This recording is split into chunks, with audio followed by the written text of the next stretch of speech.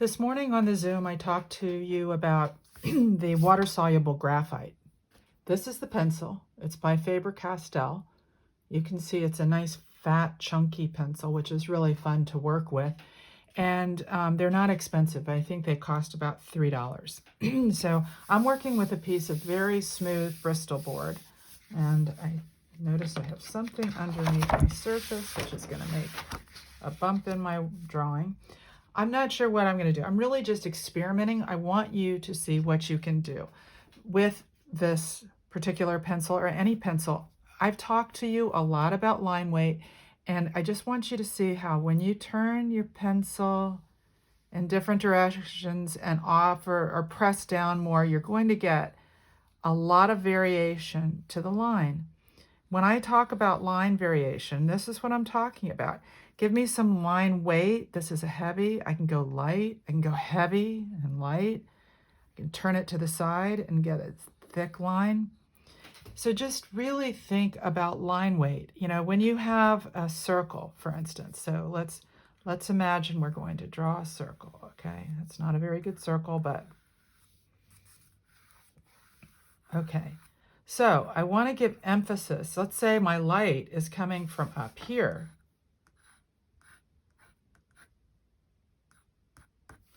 So I'm going to have a very light area here. So all of this is going to get darkened in.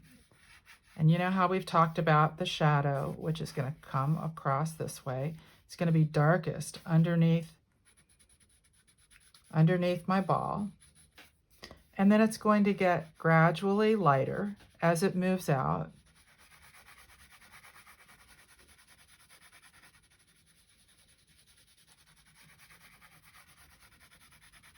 But it's always darkest right under the ball. Now I'll just go ahead and quickly shade this section in.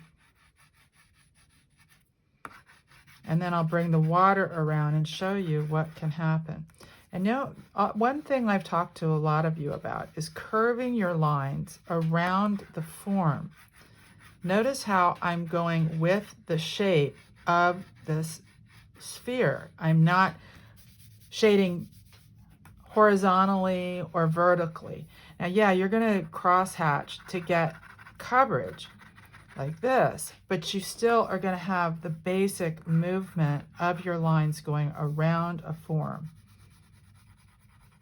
Okay, and then you've got the brightest area up here, which is where your highlight will be. But it's still going to be a little bit, you're going to have a little bit of color in here. Now you can still erase your graphite pencil so that it's nice and clean around the edges. And this is another thing that I've talked to many of you about, is keeping your work clean. Show pride in what you do. Don't submit just a seriously messy drawing. You don't need to. You can clean it up. It just takes a second. All right. And that line's a little farther out than I would have wanted it. And I don't like lines, as I've told you many, many, many times. Okay, so I basically got this down. I'm going to dip my brush into the water. And you can see how this turns into like a watercolor. See how it's filling in? And the more I scrub it, the more graphite picks up, and I can use it to paint. And the great thing is that you can actually get the graphite to fill up in the tip and push it towards the back, and that's on this paper. If you're using watercolor paper, it's going to respond very differently. So all different types of paper are going to react differently as you draw. See how beautiful that is with that shadowing effect? And notice how light I'm working my brush over the paper when I get out to the light areas. And then I go heavier in this area. Now that needs a lot more graphite, so I'm going to come back in and give it a little more attention. And I don't want to have that too dark, so I'm going to dip this back into the water. And I notice I've got lines, but you know, it's okay to show some marks. You know, marks give a drawing personality. So, and if I want this to have a little more transition, I can add more color once that's dry.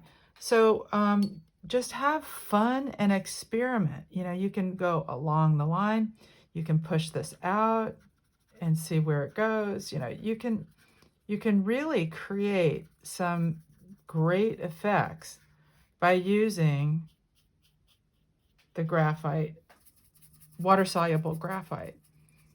Now just having a little fun playing to see what happens when I give it a lot of water versus just a little bit of water on my brush. And always keep paper towels around when you're working with anything that's water so you can clean it off. Now, I did want to mention to you also what can happen when you bring gouache in. Gouache is one of my new favorite materials. I really never worked with gouache, and I've been doing a whole series of gouache paintings. So this is gouache, Designer's Gouache by Winsor Newton. And I'm just going to use white to keep things simple. And I'm going to use a different brush. Oh, actually, I did use that before for the graphite, so I had to clean it out. But if I want my white area to be really white, but pick up a little bit of the graphite, look how I can paint into that and create this wonderful effect. And gouache is great because it's chalky. It's like a zinc, and it dries really matte with a matte finish. You know, you can keep going over it and thinning it as you go back.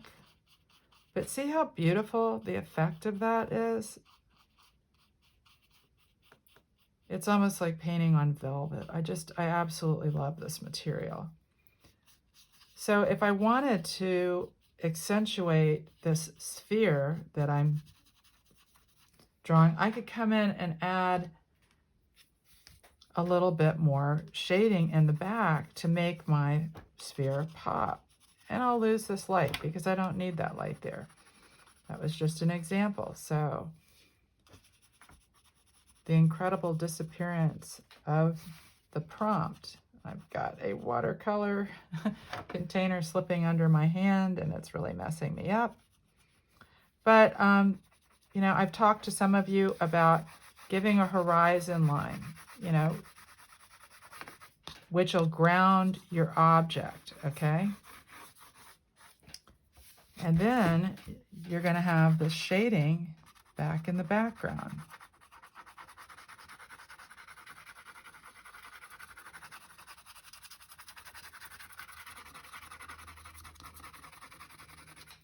And then it takes a little bit of time to fill it out. But somebody said that my time-lapse videos are great because they go quickly, but it doesn't allow you to see the details of what I'm doing. So I'm doing this the slow way, regular speed with the video. But see how by giving a little background area, I can make my sphere pop a little bit more. I've got to get this watercolor container over on my right out of the way. You know, and why not have a little fun back here and create this pattern like it's happening in the background? You know, have a little fun. I say that all the time, have fun. If you're not having fun, what's the point of living, right? It doesn't have to. Now, see how I've gone into my shape a little bit and I've distorted it. So I have to come back in and clean it up. But this area is all going to be very, very light. So I'm going to come in very, very light in the front. But there actually would be a darker space just underneath there. because the light's coming from up here. So this would be darker. And I'd have sort of this effect underneath. See how I can just keep building the shape. Now I'm coming at this from a funny angle because my light and video holder is kind of right here, so I'm having to work around it. It makes it a little awkward for me to draw, but there, I've given you a little bit of an idea of how you can build up your space, you know, even back here to go even darker. So I'm just having some fun. This is an experiment. This isn't anything that it's not precious. It's not something that I'm going to want to save. I'm just using it to play. I mean, honestly, not everything has to be assigned in order to, you know, learn. You can just experiment and explore and have some fun with what you're doing. So let's come in here. Oh, that had the white in it. Doggone it. Always check what you're working with. So I'm going to go back in and mush this all around and get myself a very nice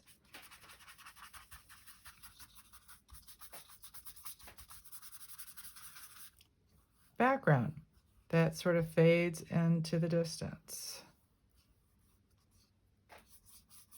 And I'll build that ball up a little bit more before it's all said and done. Now you can see that my paper's beginning to ripple a little bit because I'm dealing with wet media. It's what I had. You'd be better off using a mixed media paper, which I don't have.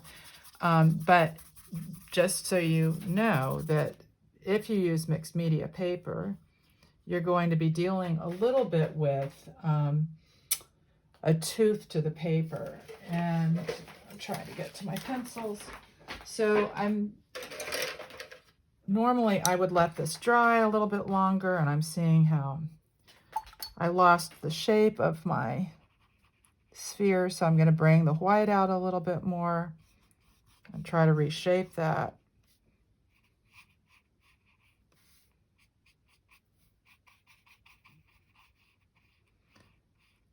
And the neat thing is that you can come back in and rework things a little bit. If I want to carry that all the way through. Now, if I were to let that dry, I can come back and draw into it, which I think I will do in a couple of minutes. I'm just going to keep going here for a little bit longer. Just showing you how I can keep cleaning up my edges. And then when I do one thing, I have to go back and clean up another thing. You can see that I'm moving back and forth.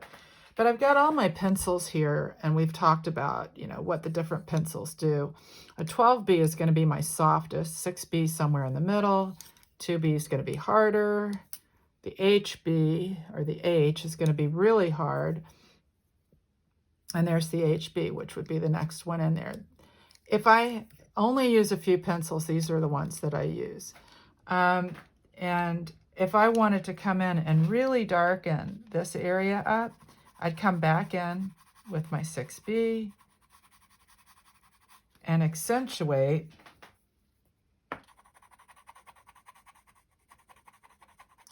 this umbra, moving into the penumbra and into the subumbra, showing how the value in this form comes out. You know, we did this experiment or exercise early on in the semester, and you know how it applies to everything you do.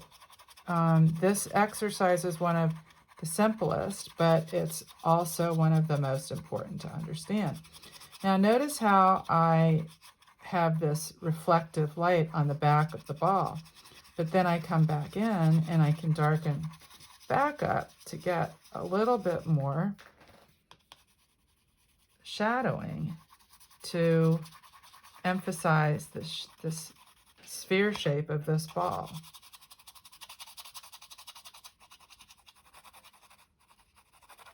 And, you know, normally I would let this dry a bit more before I came in and reworked it. But I also wanted to show you, you know, what happens if you draw, oh, let's say a leaf shape. I think I showed you, you know, a philodendron. Let's have a little fun. And it would have the vein in here. There was a student who worked with plants as her way of dealing with stress during the coronavirus. So you can barely see that there. But if I come in here and I decide to add some white, I can get my vein effect. I'm going to do this very quickly. Obviously, I would spend more time and I would observe. I'm not observing anything. I'm doing this completely out of my head, which is fine to do occasionally, but we're in an observational class. And the one thing, I know I've mentioned to several of you how you want to look at your shapes and make sure that they are not square onto things. Things curve in. And let's say, oh, where's my light going to be coming from? Since it's over here, let's do the same thing here. So this is going to be the lighter edge, right? So I'm going to use a little bit of green just because I have it sitting there. So I can bring the green in.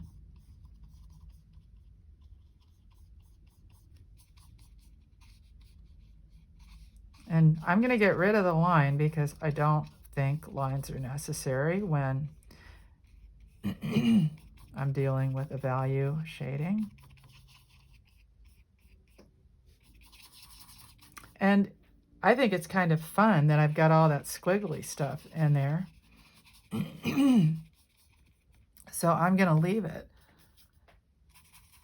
And this is all one color green, but it's picking up the charcoal and the white, so it's changing the color of what I'm working with. And I'm not even adding much water.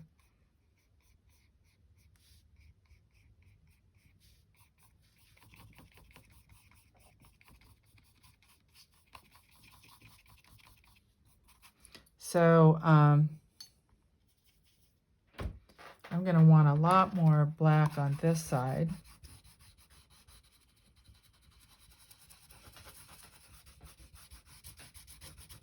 So I want that to pick up in my green.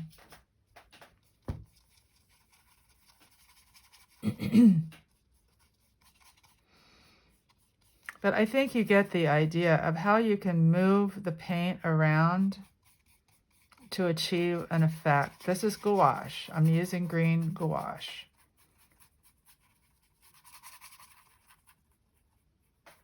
It's actually not green gouache. What it is it's actually yellow, cadmium yellow, and ultramarine blue that I mixed together to make green. So I'm going to want to come back in once it dries and refine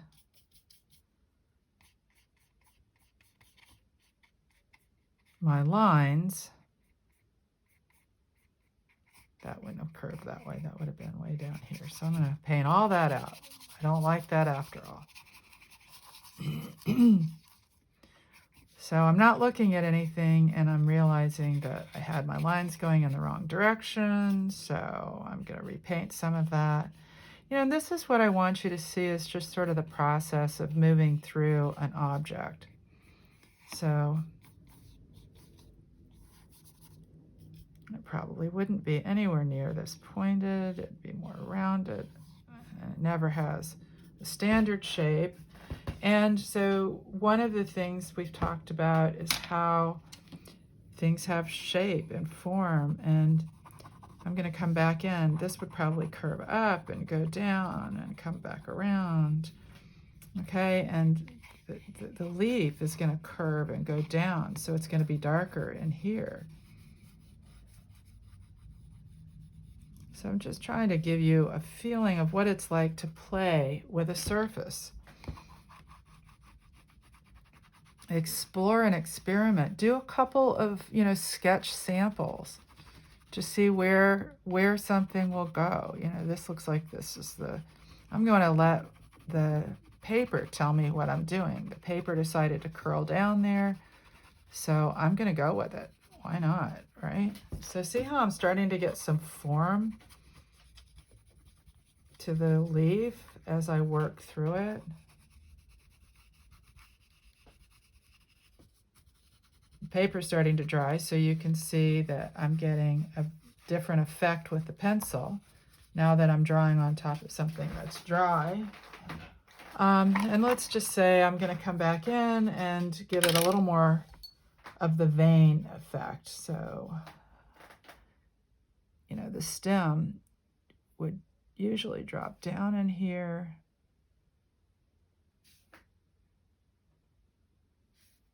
Notice that's a broken line. It's implied. It leaves an implied form. I've talked about broken lines, implied lines, and not always having a solid line. It's not necessary. So you'd have a stem coming out up here.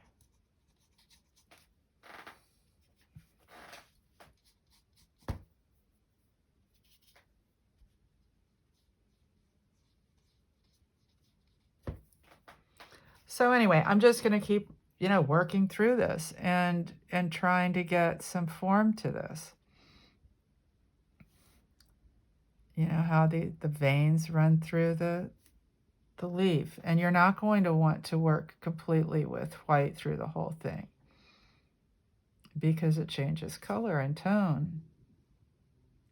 Not really happy with this line. Let's say that it has something going that way.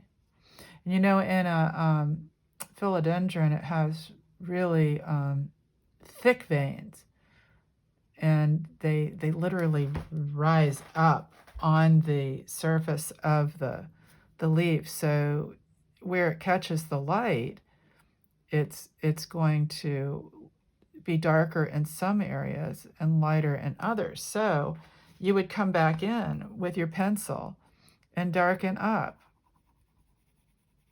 to give it some dimension. Like this, I said the light would be coming from over there, so this side would be darker. It's still wet, so I can't really work with it. But I think you're starting to get the idea of how you can work to build a drawing just with two colors. And, you know, just have some fun. You know, this stem would have the darker section. It would be darker in there. So I'm a perfectionist. I could go forever until I have this where I want it, but I'm not going to spend an hour doing something that's just an experiment.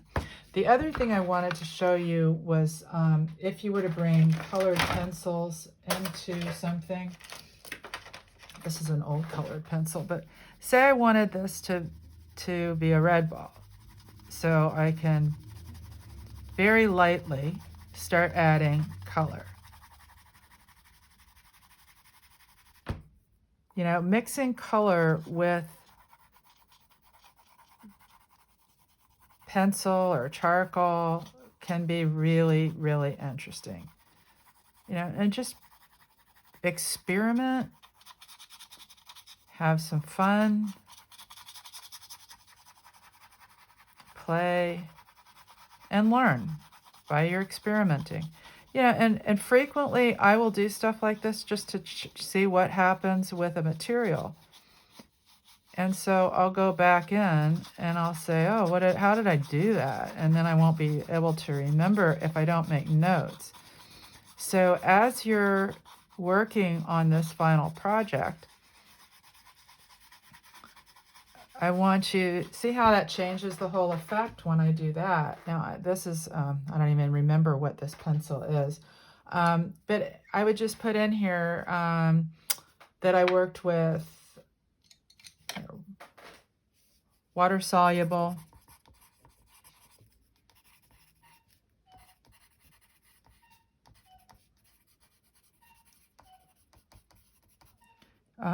white, ultra, marine, and cad yellow.